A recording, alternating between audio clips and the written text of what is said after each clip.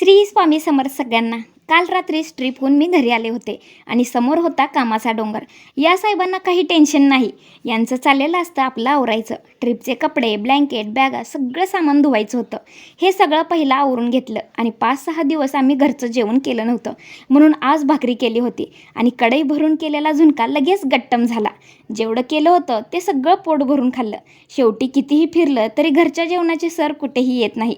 अहो म्हणाले, पोट शांत केलीस आज माझं. जेवणानंतर खूप उकडत होतं म्हणून सरबत केलं होतं, पण थोडं आंबट झालं होतं म्हणून ऋदू कसा करतोय बघा.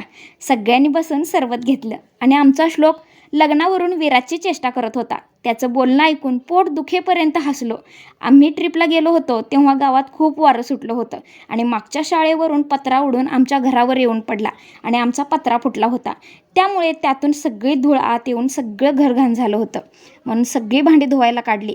सगळं घर परत स्वच्छ झाडून घेतलं. तोपर्यंत आहो जाऊन घेऊन आले सिमेंट आणि वाळू, कारण फुटलेला पत्रा पॅक करायला हवा. पहिला हा उपाय करून पाहू, नाहीतर मग पत्राच बदलायला लागणार. आहो आणि दादा वर जाऊन पत्रा पॅक करायला लागले होते आणि हे बघा, ती शाळा आणि एवढ्या लांबून पत्रा उडून आमच्या घरावर येऊन पडला होता. किती भयानक वारं सुटला असेल. पहिला या अशा पट्ट्या मिळतात त्या लावल्या आणि वरून सिमेंटही लावलं. बघू आता काय होतंय. आणि मला हे सगळं आवरायला रात्रीचे 8 वाजले. आजचा दिवस सगळा कामातच गेला, म्हणून खूप दमायला झालं. चला, आजच्यासाठी एवढंच. श्री स्वामी समर्थ.